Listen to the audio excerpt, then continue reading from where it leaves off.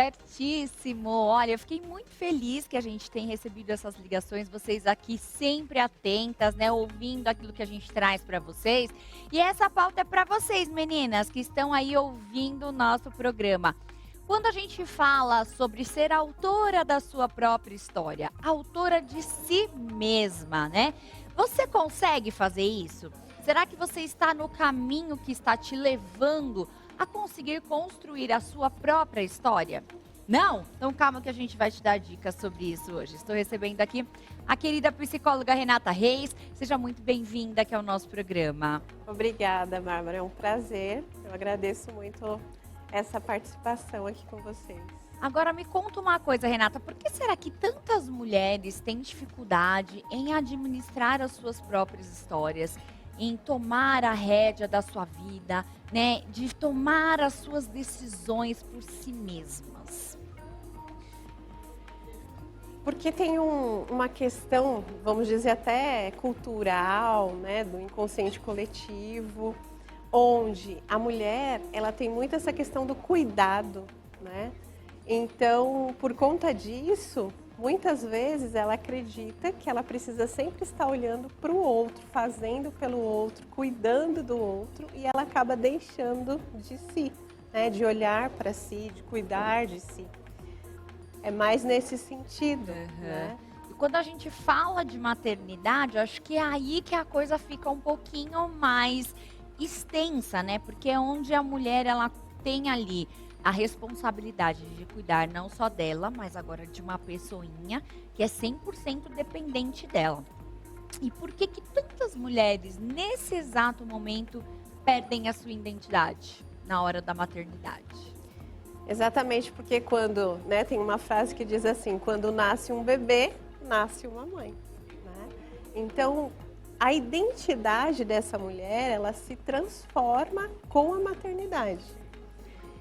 E automaticamente, ela fica nessa questão de ter os olhos para o outro, para o cuidado, né, para o filho, e ela vai se deixando de lado. Então, o que ela gosta ou o que ela fazia. E é um conflito que a mulher passa porque ela quer ser como ela era antes.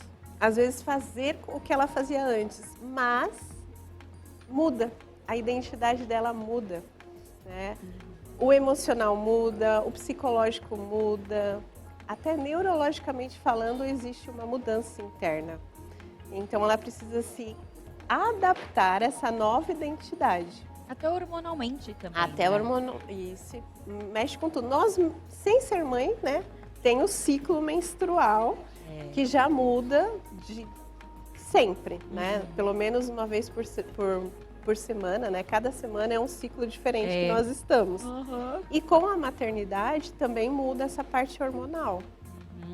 E a gente percebe, né, o quanto a mulher, nesse período, ela ao mesmo tempo que ela vira uma leoa, né, ela tem uma força, assim, para poder ficar, às vezes, madrugadas e madrugadas acordada, ela também entra num período onde ela se sente muito frágil. É possível a mulher conseguir equilibrar isso, né, esses pratinhos de ser mãe e ter ainda, né, aquela questão aflorada como mulher? Ou isso é um processo que a mulher vai precisar entender e esperar? Como é que seria isso? Sim, é um processo, porque é uma nova identidade que ela vai se construindo, então ela precisa olhar para si, né? Durante ali o período que ela está sendo mãe, né? Um período novo ali, uma nova fase da vida, assim como outras fases também, né? Tem essa questão de adaptação. E olhar para ela também dentro desse processo. E aqui eu trago muito a questão de rede de apoio, né? Como é importante ter essa rede de apoio, né? Cuidar também, esse olhar para essa mulher, porque às vezes fica o olhar só para o filho, só para a criança, né? É o bebê, quando é pequeno, enfim. E essa mulher muitas vezes não é vista, não é percebida. Tem uma questão dela, dessa dificuldade dela lidar com essa nova fase, mas também as pessoas que estão ali ao redor podem ser apoio, né? E ajudá-la nesse processo. Que, na verdade, seria um processo saudável para a família como um todo, né? Se essa mulher estiver bem com ela mesma, em equilíbrio, né? Com a saúde física do corpo, que muda também, né? A parte emocional, mental, tudo isso vai fazendo com que ela se sinta mais conectada com ela, porque ela vai se distanciando da essência de quem ela é, quem ela foi, para uma nova construção, né? É aquele famoso, né? Quem cuida de quem cuida. Quem cuida de quem cuida. Tem isso, eu acho que a mulher, ela se sente realmente num momento mais de fragilidade ali, Sim. né? Então é importante que essa rede de apoio, né, o marido, o namorado, enfim, os pais, quem puder ali ter essa rede de apoio, pelo menos nos primeiros meses, estar ali com a pessoa, porque é importante. Às vezes a pessoa fala, eu não quero dar trabalho, mas no fundo, ela quer muito que alguém esteja ali com ela. Eu falo porque quando a minha filha nasceu, na época meu marido trabalhava muito, então eu fiquei a primeira semana, eu lembro que na segunda semana eu já fiquei sozinha com ela. E eu falava, gente, eu não tenho minha mãe, eu não tenho, né? A minha irmã tinha acabado de ter bebê também, ela estava com uma bebê de 4 meses, então a gente não pôde se ajudar. Então foi bem complicado. E eu lembro que as minhas amigas foram a minha rede de apoio. Então, assim, foi muito importante para mim naquele momento, né? E é aquilo, às vezes você fala, mas eu não tenho mãe, não tenho pai, não tenho... Mas você tem amigos, não é possível que você não tenha um amigo que você possa contar. Então, você não tem, você está vivendo errado. Você compra aquele livro, Como Ter Amigos e Influenciar Pessoas, pra você aprender a ter amigo. Porque não é possível que você não tenha uma pessoa para te estender a mão, né? Então, eu acho que é importante a gente cultivar também esses relacionamentos quando a gente fala de rede de apoio. Eu acho que as pessoas têm uma visão muito distorcida sobre isso, né? Sim. As pessoas precisam...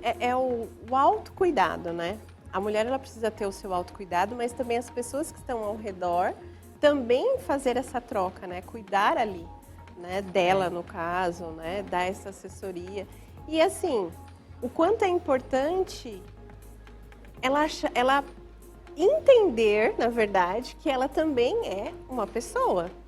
Né? E ela precisa também continuar ali se desenvolvendo, né? Continuar com o seu processo de estar conectada com os seus valores, com aquilo que ela gosta de fazer, aquilo que é essencial para a vida dela.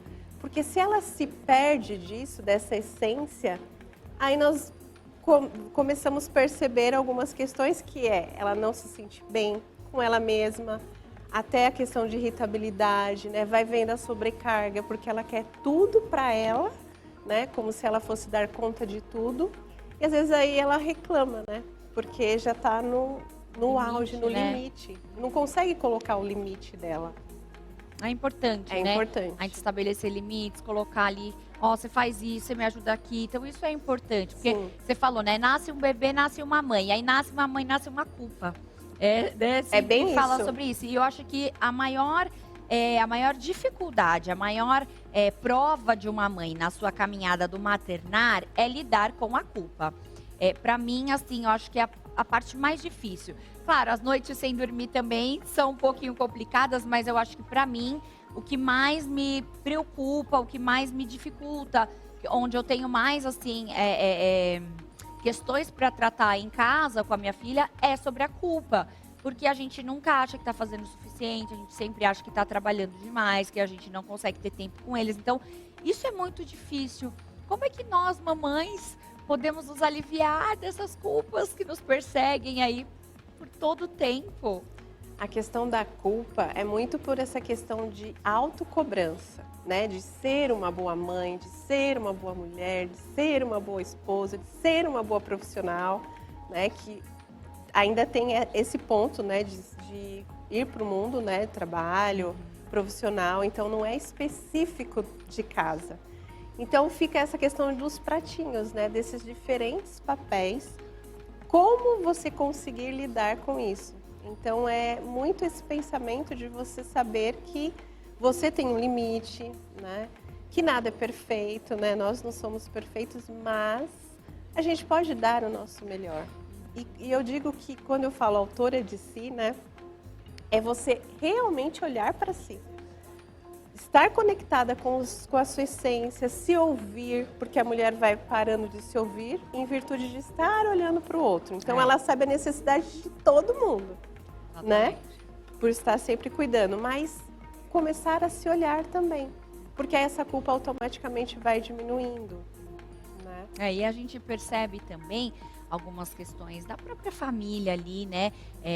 Onde todo mundo quer colocar o seu pitaco, né? Então, acho que isso muitas vezes acaba acontecendo dessa culpa surgir, não é nem pelo mau trabalho que você está fazendo, às vezes você está fazendo o melhor que você pode, mas talvez aquela pessoa não enxergue isso, então vai ter julgamentos. Eu acho que a gente precisa também ter esse cuidado para a gente não se maltratar demais como mãe, né? Então, às vezes a pessoa fala, mas tá vendo, ó, você tá trabalhando muito, seu filho tá muito tempo na escola, só que aí, durante o final de semana, você tem um tempo maravilhoso de qualidade com seu filho, e você percebe que o seu filho não, ele entende isso também, porque às vezes a gente acha que a criança tá sentindo de um jeito, mas às vezes a criança sente de outra forma, né? Então, eu acho que esses julgamentos que a gente vê externo, às vezes são piores do que realmente a situação que a gente tá vivendo, né? Sim, quando eu trabalho tanto com as mulheres quanto com família, né, casal, eu sempre oriento essa questão. Tempo de qualidade e não quantidade, né? Então, quando a gente tem essa consciência do tempo de estar com a criança, com o filho, seja a idade dele, né, qual for, isso é o mais importante, isso vai diminuindo essa questão da culpa. O estado de presença. Então, você estar ali realmente presente naquele momento, que é o espaço que você tem com o filho. Sim. Né? E a gente sempre está buscando fazer o melhor pelo filho, né? Então, às vezes, até a ida, né, da mãe para o mundo profissional, para ter uma carreira, isso tem a ver também com querer o melhor para a família também, né? Não é só para ela algo que tem a ver com o valor dela ou um desejo dela, né? Um propósito de vida. Mas também essa parte de trazer o melhor, o bem-estar para a família como um todo.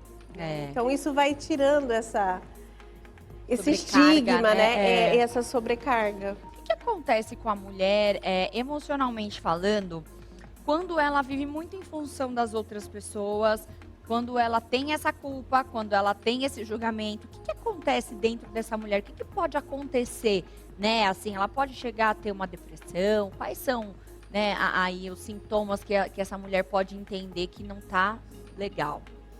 Às vezes ela nem tem essa consciência de que as coisas, né, que ela não está legal, vamos dizer assim, né, de primeiro.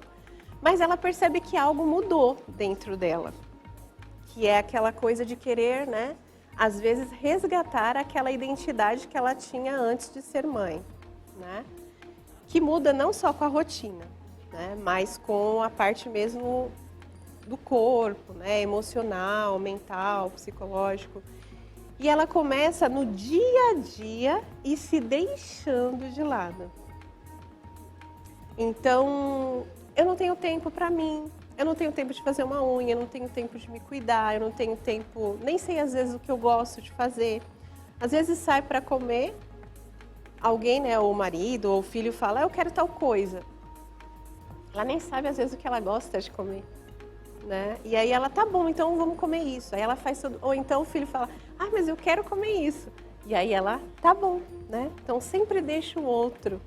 E aí a dificuldade de dizer não, então ela vai percebendo que ela não fala não. Então são em pequenas ações do dia a dia que ela vai se dando conta de que algo realmente mudou. E aí o que vai trazendo, né? A irritabilidade, o humor muda.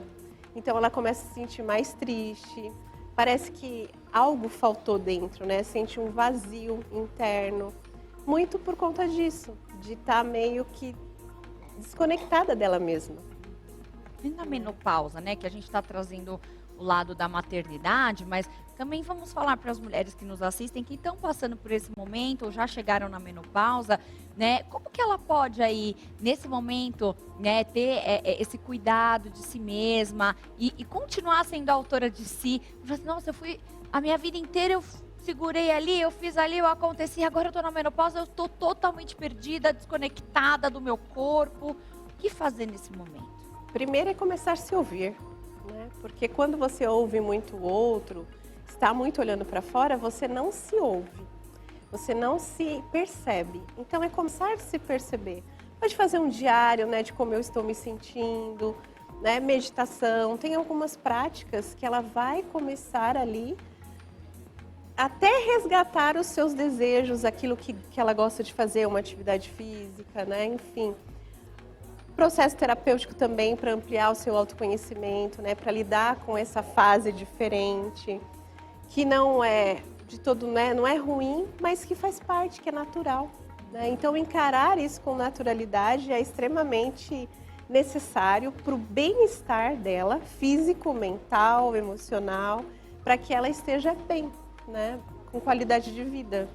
Eu acho que isso é o mais importante. Eu acho que é você se olhar com mais amor e entender que existe um caminho dentro da psicologia, na terapia, na espiritualidade, em que você pode se reconectar com você, né? E se amar mais.